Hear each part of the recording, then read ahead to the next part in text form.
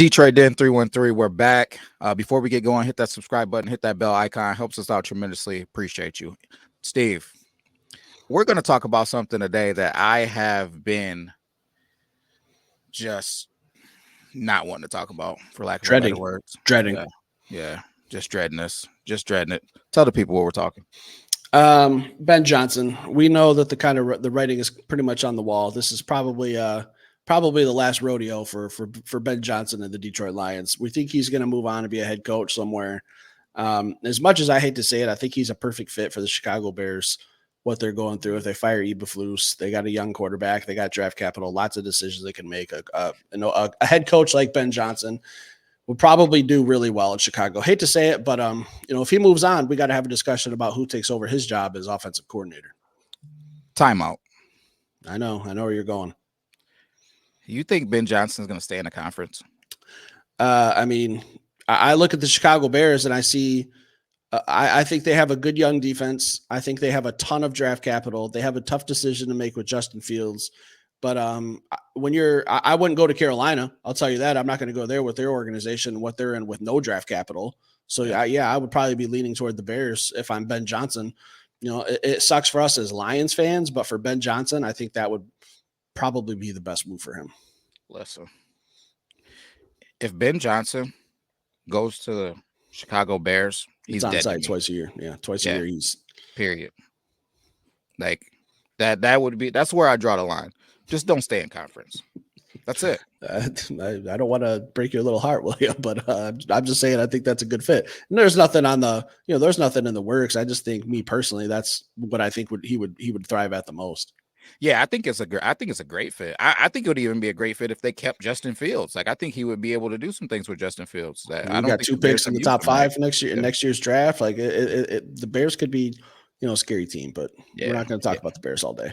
Yeah, I dig it, man. I just had to get that out. Ben, if you go to Chicago, man, our friendship is done. I'm deleting you out my phone. That's a BJ. BJ, that's not Ben Johnson. That's wrong one. All right. That's some other guy.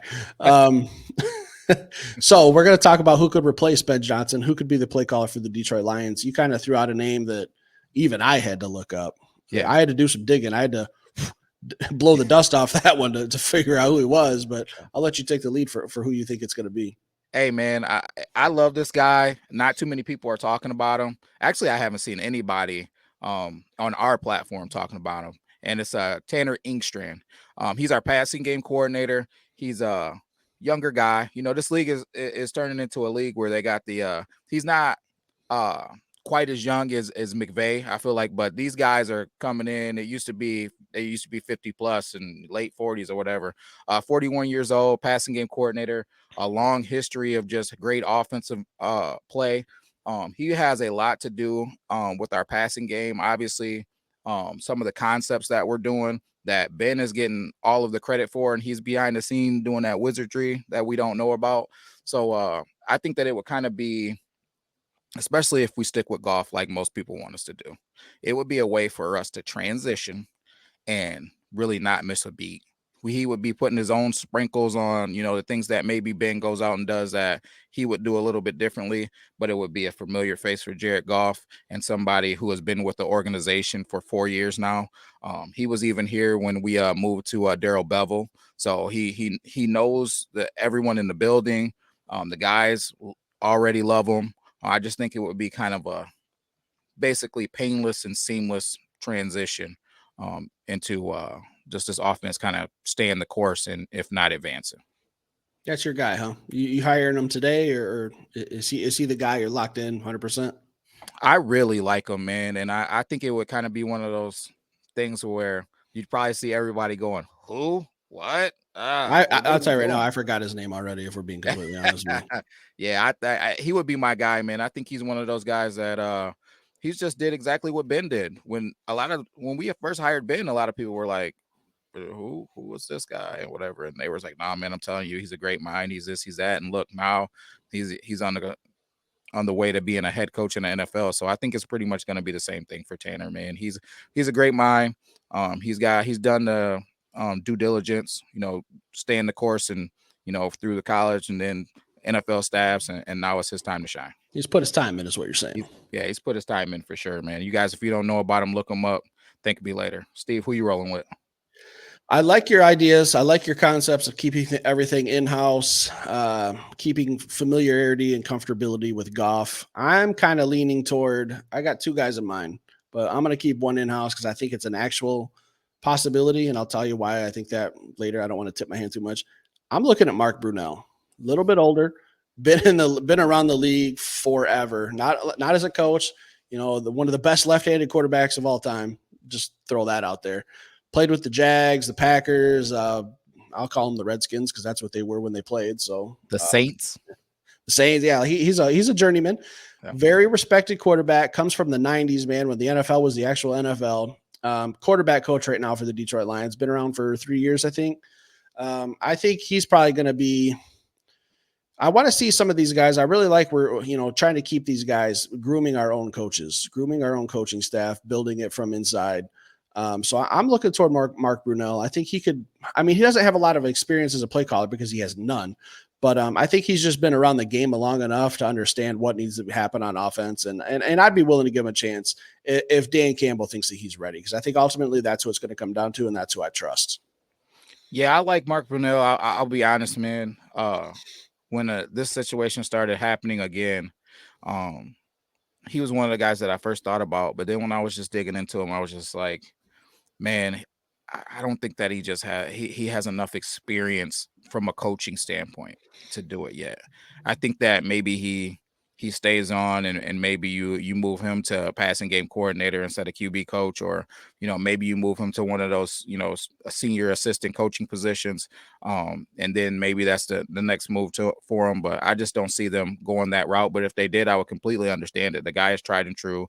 The guy is done everything on an NFL football field that you could imagine, as far as even playing in Super Bowls. And I just think that helping out the QB position and helping out an offense, there's no question that he would be able to do that. But everything else that goes along with being an OC, I just wonder about those things. Would he be able to do those things? Yeah, I get it. He hasn't coached very long, but I think just his experience in the NFL in general, like, I don't think there's anything in the league that he probably hasn't seen. So I'd be willing to give him a shot. And I'll tell you what, I said that there's another guy I kind of had my eye on.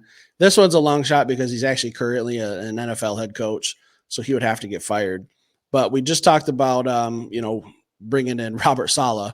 Sometimes when you get fired as a coach, you got to kind of go back and reestablish yourself as an offensive coordinator. So if the Los Angeles Chargers fired Brandon Staley, he's probably going to be my first call, because I think he's obviously got the experience from being an OC, being a play caller, getting a chance at a head coach, not really working out with the Chargers, and they've got a loaded team that's very underperforming the last couple of years. So I think his seat's getting a little hot. Not sure he sticks around for another year.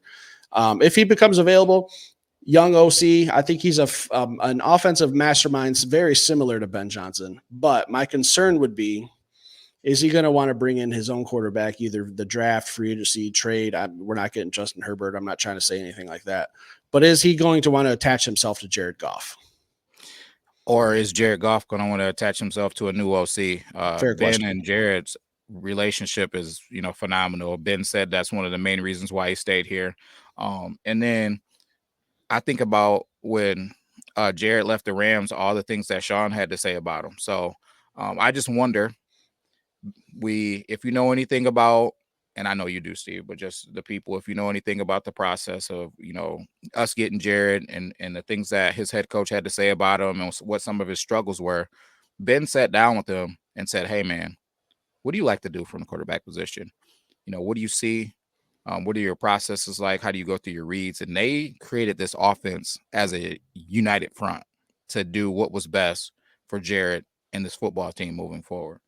Not every OC is going to be like that, right? So, and especially when you deal with these geniuses, right? Egos. Yeah, I don't know that, and I think it's kind of been showing this season. And I don't want to take anything away, so let me be careful with my words here. I love Ben, and I would love it if he stayed, but I think when we're talking about like the Andy Reeds, like that are just constantly having intricate plays or intricate concepts and concepts off of concepts, that's not really what I see from Ben. I think Ben has a very consistent, he has a very QB friendly offense, and it's kind of predicated off of Jared being able to run this football first.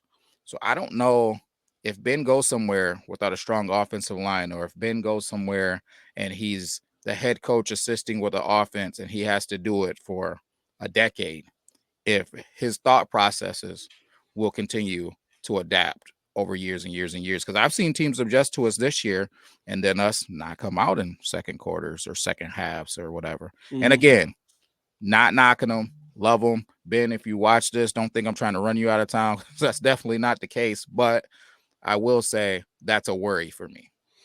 Yeah, I think last year Ben was kind of, especially for Lions fans, I feel like we were playing with a lot of house money. So a Mhm. lot of those like fancy play calls that he was dialing up, and they were all working. It seemed like he couldn't call a bad play, and no matter what he did, we were going to have a big play, touchdown, 10 yards, whatever. I don't think that's happened this year because teams are prepared for it.